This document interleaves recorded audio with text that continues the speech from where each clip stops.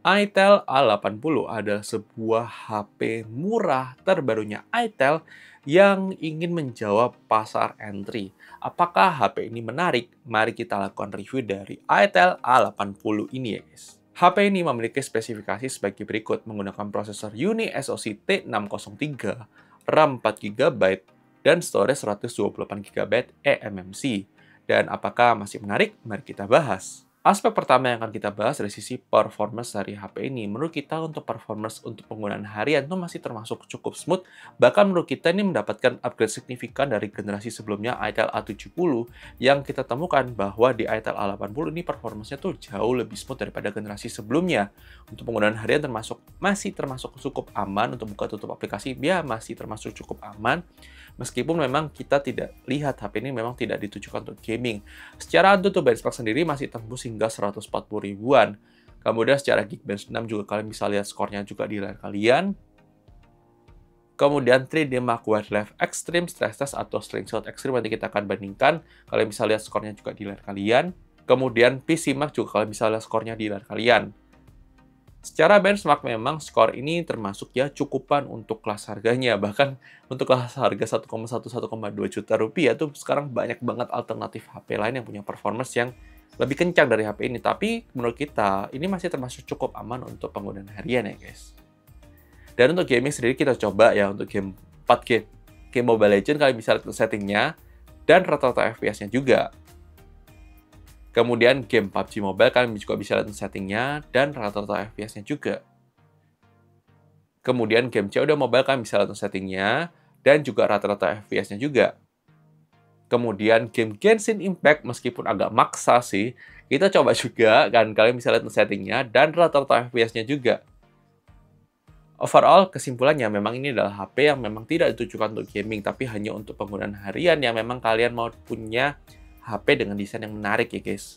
Kemudian untuk kamera, menurut kita untuk kualitas kameranya masih termasuk cukup oke untuk buat foto-foto. Untuk sesuai lah guys untuk kelas harganya. Bukan yang terbaik, tapi menurut kita masih termasuk oke. Dan untuk video juga memang masih agak kurang kalau dalam low light ya guys khususnya. Dan ya overall kita bisa simpulkan ini masih termasuk cukup aman untuk kelas harganya untuk kameranya.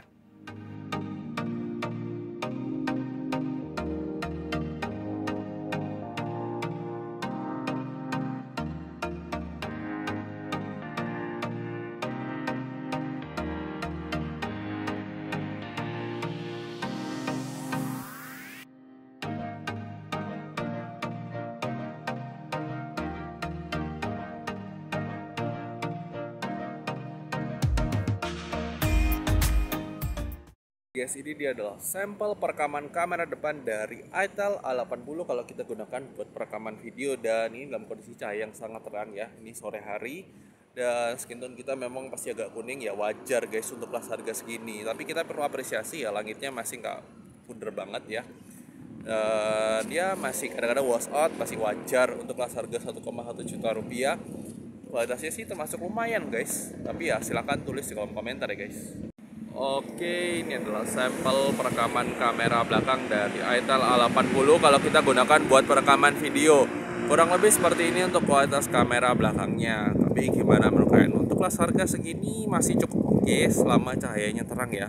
Tapi kalau cahaya gelap ya mohon maaf untuk harga segini memang belum ada yang bisa bagus banget. Tapi ya silakan, ini kayaknya ada masalah autofocusnya. Tapi kalau untuk foto sebenarnya sih lumayan guys. Tapi ya silakan tulis di kolom komentar deh guys. Oke, ini adalah sampel kamera depan dari itel A80 kalau kita gunakan buat perekaman video dalam kondisi low light atau dalam kondisi malam hari. Kurang lebih seperti ini, noise-nya sangat berasa, wajar banget di harga 1,1 jutaan untuk kualitasnya seperti ini. Tapi gimana mungkin? Silahkan tulis di kolom komentar ya guys. Oke, ini adalah sampel kamera belakang dari itel A80 kalau kita gunakan buat perekaman video. Jadi memang autofocusnya sering banget, jadi kita juga harus bantu ya. Ini memang ya wajar banget sih guys untuk kualitasnya seperti ini. Kalian nggak usah expect yang terlalu bagus-bagus lah untuk harga segini. Yang ini masih cukup wajar untuk kelas harganya. Tapi silahkan tulis di kolom komentar ya guys.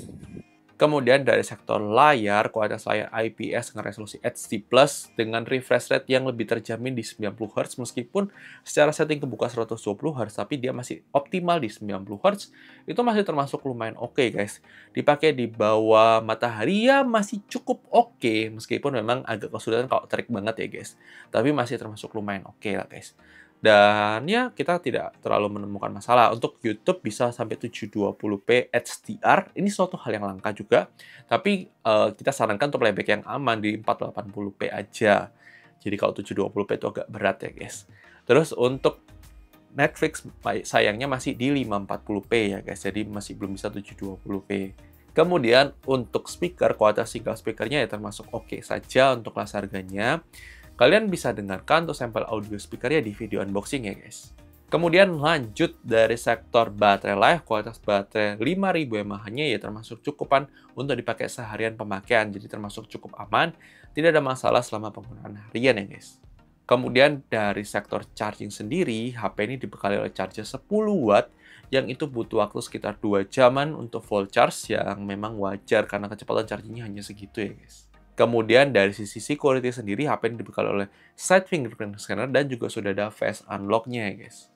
Kemudian dari sisi desain, menurut kita ini termasuk menarik. Dia pakai desain punch hole untuk kelas harganya ini termasuk menarik banget ya guys. Jadi memang kayaknya nilai jual utama, salah satu nilai jual utamanya dari sisi desainnya yang termasuk menarik, termasuk eye-catching banget ya guys untuk kelas harganya guys.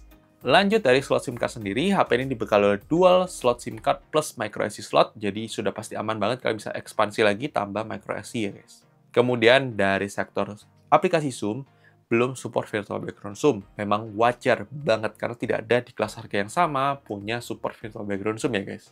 Kemudian dari sisi fitur, HP ini tidak punya NFC, tapi masih punya jack 3,5 mm, masih punya untuk FM radio. Kemudian dia ya masih punya fitur namanya standby mode, itu suatu hal yang software tapi menarik banget untuk kelas harganya. Jadi kalian bisa charging dan kalian bisa mode standby ya guys, suatu hal yang menarik ya guys. Kemudian untuk navigasi Google Maps juga termasuk aman, masih termasuk lancar, kita tidak menemukan adanya kendala selama penggunaan ya guys. Kemudian untuk jaminan update software sendiri, kita tidak menemukan kejelasan informasi update software akan berapa lama, tapi biasanya itel akan kasih update software kalau misalnya ada bug ya guys. Ada suatu hal yang masih bagus lah guys. Jadi itel masih memperhatikan secara update softwarenya juga. Kesimpulannya, untuk harga HP segini memang banyak banget kompetitornya ya guys. Menurut kita ini HP masih layak untuk dibeli kalau kalian tidak pakai untuk gaming. Kalau kalian hanya mau pakai buat penggunaan ringan, sosial media ringan, dan kalian nggak mau butuh fitur aneh-aneh, kalian tidak butuh NFC, menurut kita ini adalah HP yang masih cukup layak untuk dibeli, apalagi kalau kalian dapat di harga flash sale ya guys. Dan memang bukan performance tadi, tapi untuk penggunaan harian itu masih termasuk oke-oke saja. Tapi sekali lagi, ini ada beberapa review gadget, mungkin bisa berbeda dengan pendapat kalian. Tidak masalah, silahkan tulis pendapat di komentar. Dan jangan lupa like video kalau suka, dislike aja kalau nggak suka, dan sampai ketemu di video selanjutnya guys. Oke guys? Bye-bye!